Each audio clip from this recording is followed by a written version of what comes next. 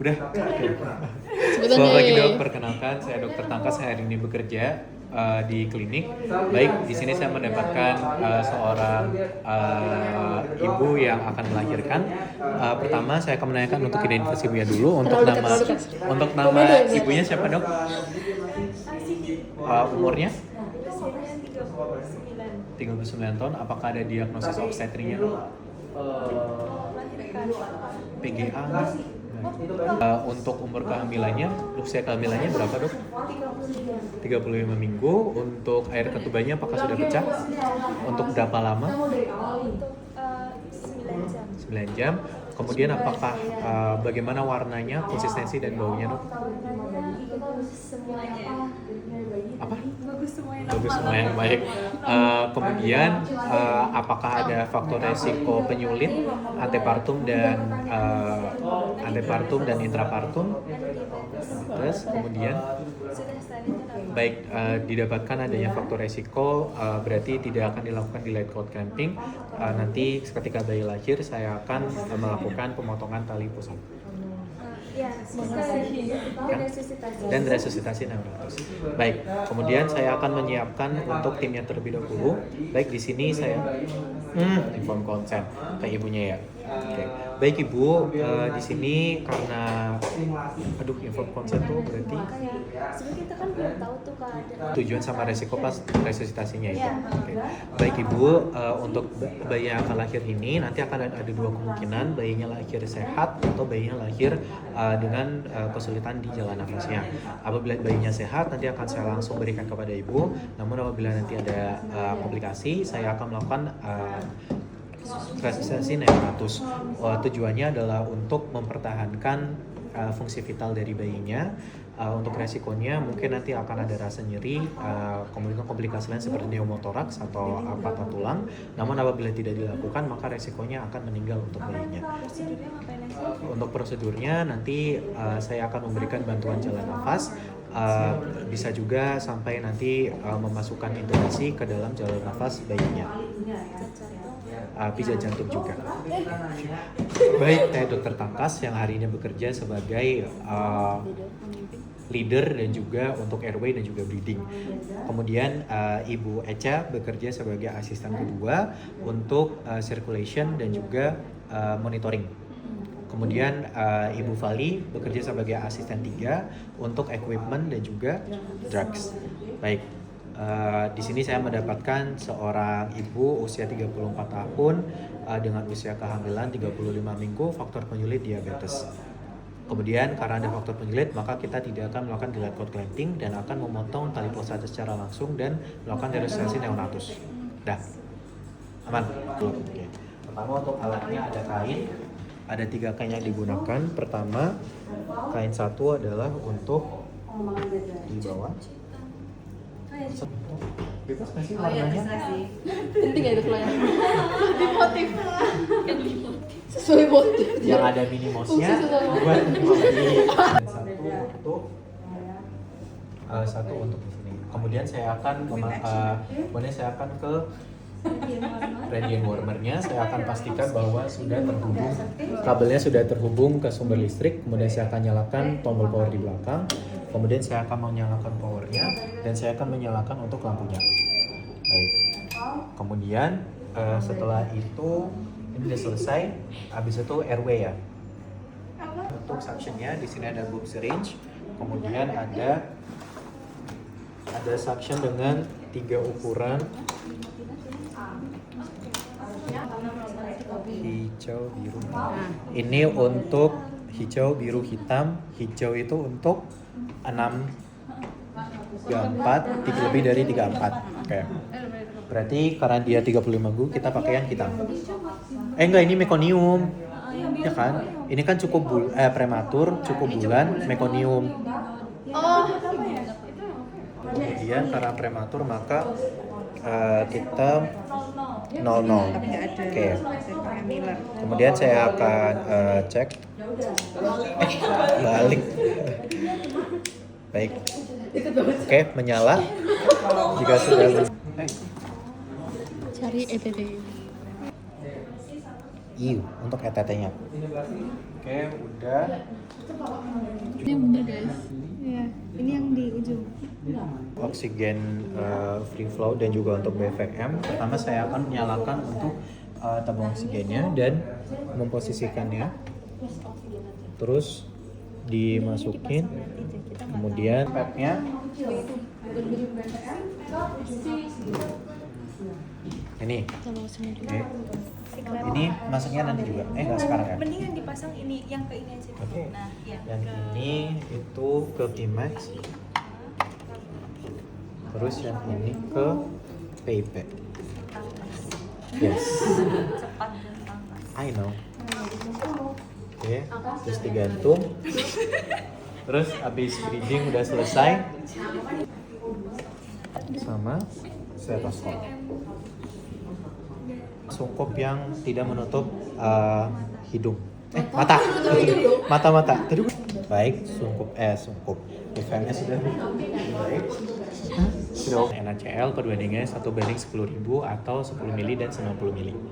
1 mili dan 99 mili. 9 mili. 1 mili dan 9 mili. Iya, NaCl. 1 mili epinefrin dan 9 mili NaCl. Pakai syringe. Oh enggak, pakai umbilical vein catheter. Kemudian kita menggunakan APD berupa cap, glove, masker.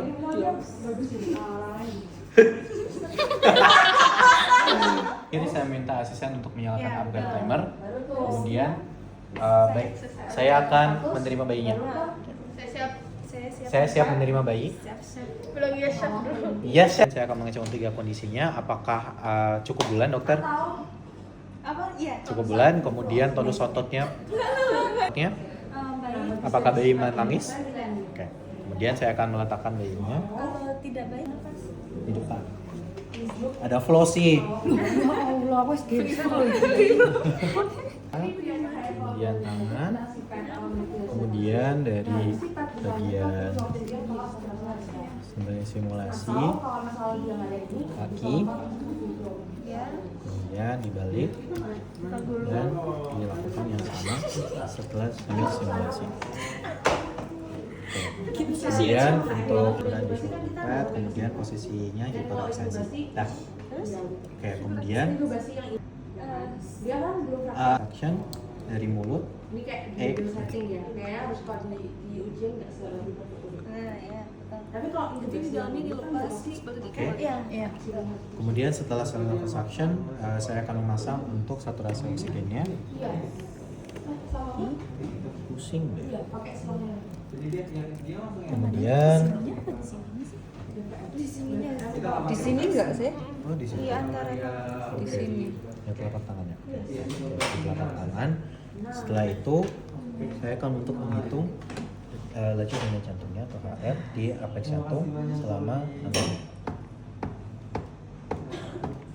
Dan dikali 10. Baik dokter, untuk laju denyut jantungnya dan juga untuk saturasi oksigennya berapa? Oh ya, dan usaha nafasnya apakah baik? Heart rate 80 sama nafas 60. Masih belum sesuai. Di 100 kita akan melakukan VTP. Iya. Oke. Untuk VTP pertama BVM seperti biasa kita letakkan kayak gini dengan 2 jari. Kemudian saya akan memompa selama 15 detik. Oke. 1 lepas, 2 lepas, 3 lepas, 4 lepas, 5 lepas, 6 lepas, 7 lepas, 8 lepas, 9 lepas, 7 lepas, 12 lepas, 10. Kemudian untuk bagaimana untuk pengembangan dada dan juga heart rate, dokter? Tidak ada. Tidak ada pengembangan dada, berarti kita akan melakukan Mr. Sopak. Baik, Ngomongnya koreksi BVM dengan pertama untuk mass dan deposition. Saya akan pastikan bahwa sungkupnya sudah terpasang dengan baik dan sudah menutupi untuk hidung dan juga mulutnya. Kemudian saya juga memastikan posisi bayinya sudah hiperekstensi dan jalur nafasnya sudah lurus. Kemudian saya akan melakukan siklus 5 kali.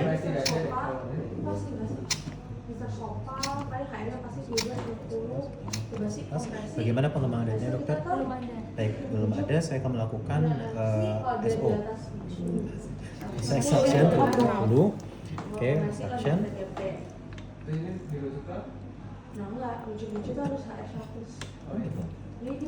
Kemudian saya akan buka mulutnya lebih lebar. Kemudian saya akan melakukan VTP lagi selama 5 kali. Lepas, 3 lepas, 4 lepas, 5 lepas. Bagaimana pengembangan datanya dokter? Baik, belum ada. Kemudian saya akan melakukan pressure yang tadinya 2 jari, saya akan melaksanakan dengan 4 jari. Kemudian saya akan memompa selama 5 siklus saja. Lepas. Bagaimana pengembangan datanya dokter? Baik, belum ada. Kemudian saya melakukan alternatif airway. Oke, untuk alternatif airway di sini saya akan menggunakan laryngoscope dan juga pipetnya.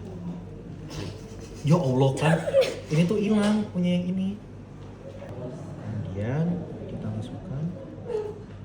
Oke, kemudian kita hubungkan dengan masih ada dimaafkan. Kemudian, ya kan? Udah. Kemudian ini 5 kali 5 lagi. kali. Kemudian saya akan evaluasi 5 kali lagi. 1 lepas, 2 lepas, 3 lepas, 4 lepas, 5 lepas. 5. Udah. Baik, bagaimana pengembangan datanya dokter? Sudah ada. Sudah ada. Oke, kemudian saya akan lanjutkan selama 1 siklus. Oke. 55. Karena di 55 berarti sekarang saya akan lanjutkan dengan kompresi dada. Oke, untuk kompresi dada pertama saya akan hubungkan BVM dengan reservoir dan juga saya minta asisten untuk menghubungkan selang oksigen. Sambil asisten kedua melakukan kompresi dada. Untuk kompresi masuk arcus aorta. Saya arcus aorta. Saya sering arcus coste, ngantuk. Arcus coste, kemudian sampai menyentuh proses voideus dan satu jari di atasnya dengan ujung jari. Kemudian saya akan melakukan kompresi dengan 90/60. Saya 3 kali melakukan kompresi dada. Oke. 1, 2, 3, pompa. 1, 2, 3, 2, 1, 2, 3, 3, 1, 2, 3, 4, 1, 2, 3. Udah ya? Sampai 30. Ya, sampai 30. Baik, bagaimana untuk nadi, usaha nafas, dan saturasi oksigen dokter? Masih 55. Untuk what? Oke, baik. Itu di apa? Laju dan jantungnya? Iya, heart rate-nya masih 55. Ada masih 55, maka saya akan 100 untuk dirujuk ke NICU. Iya, tapi kamu lanjut aja, tetap lanjut. Saya akan mengadministrasikan epinefrin yang sudah diencerkan ke umbilical vein catheter. Sambil saya melakukan kompresi dada dan juga 30 kali selama 90/30. 1, 2, 3, 1. 1, 2, 3, 2, 1, 2, 3, 3, 1, 2, 3, 4, 1, 2, 3, 5. Udah ya? Itu 3 sampai 5 menit. Bagaimana untuk nadi, usaha nafas, dan saturasi oksigen dokter? 80. 80, berarti 60 sampai 100 ya? Iya. Berarti belum bisa dirujuk. Kompresi lagi. Kompresi lagi sama. Dikasih No, cukup VTP tanpa kompresi. Oh, Kan udah udah 60 sampai 60. 100. Oh, boleh. Ini Untuk saya melanjutkan untuk VTP sampai daya jantungnya di atas 100. Ya. Polanya 1 lepas-lepas, 1 lepas-lepas selama 30 kali atau 20 kali atau 30 kali. 1 lepas-lepas, 2 lepas-lepas, 3 lepas-lepas, dah. ya. Baik, bagi 10 maka saya akan tunjuk ke NICU dengan posisi VTP atau VTP. Oh ya, masih ada apa namanya retraksi.